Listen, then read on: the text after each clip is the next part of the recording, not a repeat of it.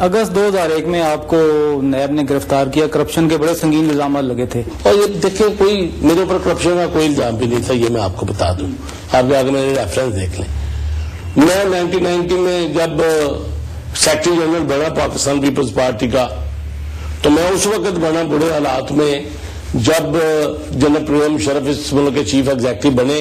ये बने 12 अक्टूबर को, तो मैं बना 22 नवंबर को secretary general of Pakistan peoples party. ठीक है, शहीद मोहतरमा बेनजीर भुट्टो ने मुझे हुक्म दिया कि यू टेक द लीड। मैंने फिर इसको संभाला, उधर को आगे चला। तो 1990 में लोगों को गिरफ्तार किया गया करप्शन में, मुझे तो नहीं किया गया, तमाम 2000 साल में नहीं किया गया। 2001 में मुझे अगस्त में किया गया। तो क्यों किया गया?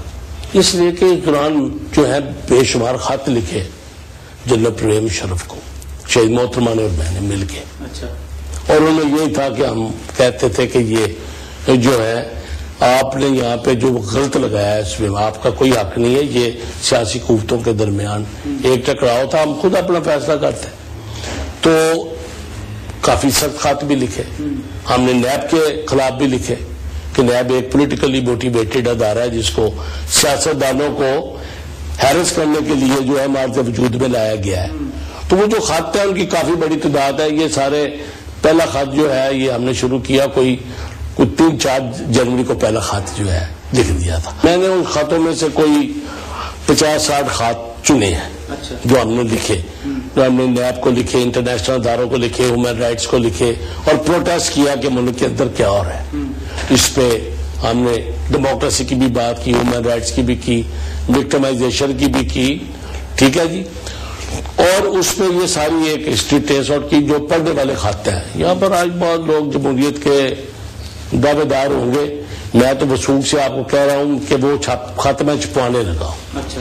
जब वो छपेंगे तो वो कोई आम पाकिस्तान में से किसी को कहीं कोई ऐसा एक खत कोई और भी लेके आए, कभी किसी और ने भी ऐसा लिखा हो। वो खत जो है वो मैं एक किताब की शक्ल में पहले छापने लगा था 2006 में।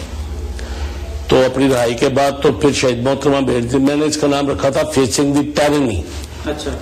तो शहीद मोहतरमा ने कहा कि अभी ठहर जाओ, अभी ये खत जो है ना छाप, थोड़ा अरसा ठहरो, ही विल गो। तो फिर इसका नाम रखना मुशर्रफ अली बफ। अच्छा। और इसको छाप देगा। अब मैं वो उसका मैंने फॉरवर्ड लिखा है। ठीक है। शहीद जिंदा होती तो वो लिखती, मैं तो उनके मुकाबले में नहीं लिख सकता। मेरे ऊपर 2 इल्जाम थे। एक ये कि मैंने नौकरियां दी, मिस यूज ऑफ अथॉरिटी नौकरियां। तो इसका जायजा लिया जा सकता है कि नौकरियां किन लोगों को दी, कैसे दी। तो आई वॉज मिनिस्टर। तो ये मुझे 20 साल पहले के जो है ना उसके चार्जेस जो है मेरे पे 2। मैं 1988, 89, 90 में मिनिस्टर था जी। तो मैंने जो कारनामा 1990 में सर अंजाम दिया था ना नौकरियां देने का, वो 2001 में मेरे ऊपर जो है ना चार्ज के तौर पे आया। तो इस तरह से फिर बाकी भी टैक्स के केसेस थे जो यूनिवर्सिटियों के दौर में नहीं ओपन हुए थे, उसको ये नैब में ले आया टैक्स। तो ओके, आई फेस देम। 2 साल इसमें मैं जेल में रहा हूँ, तो कोई 7 साल मैं अदालत में रहा हूँ। तो ये मैंने फेस किया है। अच्छा, लेकिन बहुत से लोग हैं जो कहते हैं जी कि आप समेत बहुत से जो सियासतदान हैं और पावरफुल लोग हैं वो एनआरओ के तहत जो है वो क्लीन चिट लेके फारिग हो गए हैं, उनको बड़ा एतराज है। नहीं, ये तो उनको नहीं पता कई चीजों का, लोगों को पता नहीं होता। समझे? People speak in ignorance. This is the tragedy of our society in Pakistan. People speak their wishes and think this is the reality. This is not. अभी वो कहते हैं ना, वो मुझे तो अदालत ने छोड़ा, लेकिन फिर भी नैब ने मेरे खिलाफ हाई कोर्ट में अपील की हुई है। तो ये इस तरह से फिर इनको पता ही नहीं है कि मुझे कह रहे हैं कि इनको छोड़ा, तो जो बाकी को भी छोड़ा।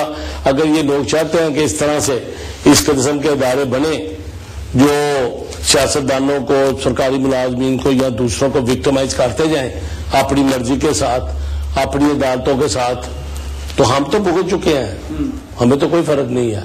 8 साल केस भुगत लिए, मैंने बता दिया, 2 साल जेल में रहे, हमारा क्या होना है। लेकिन I don't want that today we are the victim, tomorrow the other should be the victim.